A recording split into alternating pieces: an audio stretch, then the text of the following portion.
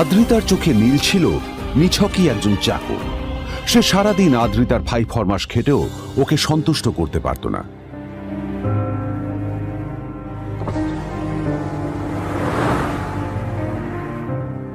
এত কিছুর পরেও কেন একজন ধনী বাবা তার মেয়েকে গরিব ছেলের সাথে বিয়ে দিলেন?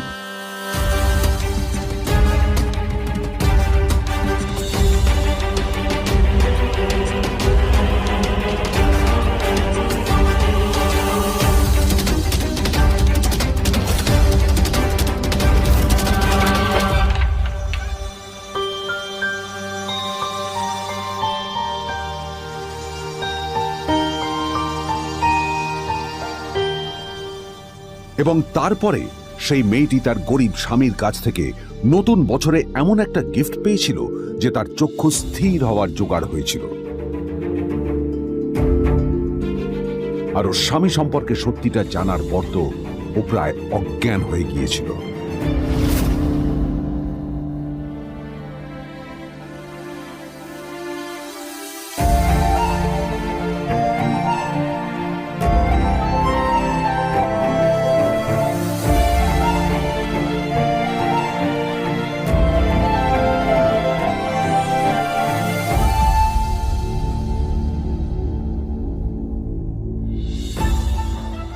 আমার বাবা সবচেয়ে বড় ভুল করেছে তোমার মতো একটা গরিব ছেলের সাথে আমার বিয়ে দিয়ে। আমার সব বন্ধুদের স্বামীরা ওদের কত দামি দামি গিফট দেয়, আর তুমি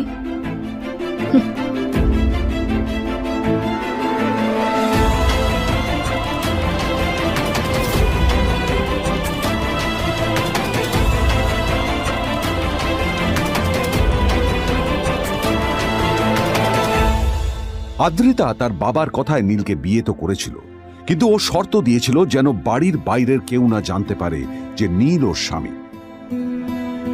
নীল ওই বাড়িতে ঘর জামাইয়ের মতো থাকলেও ও যেন ওখানে একজন চাকর ছিল।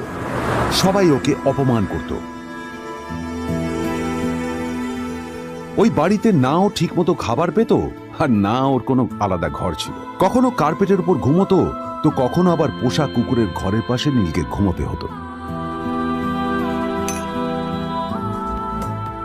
হাত খরচ মেটাতে ও এক জায়গায় ওয়েটারের কাজও করত।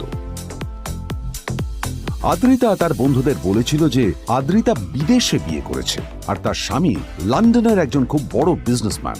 কিন্তু যখন আদ্রিতার বন্ধুরা ওকে ওদের স্বামীদের দেওয়া দামি দামি গিফটগুলো দেখাতো, তখন লজ্জায় ওর ভিতরটা পুড়ে ছাই হয়ে যেত।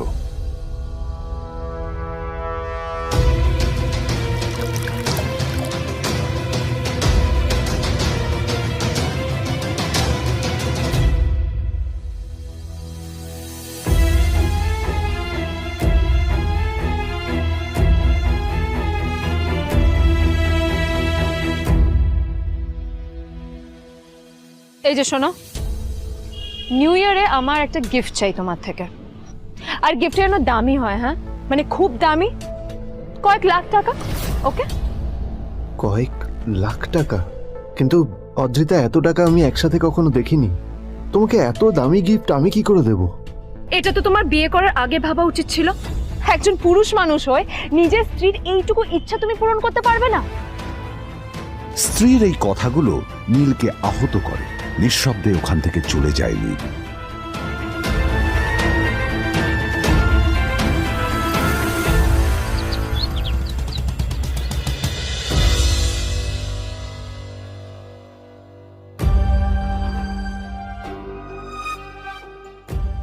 দুদিন পর নিউ ইয়ার পার্টির আগে নীল আদ্রিতার কাছে এসে একটা গিফট প্যাক দেয়।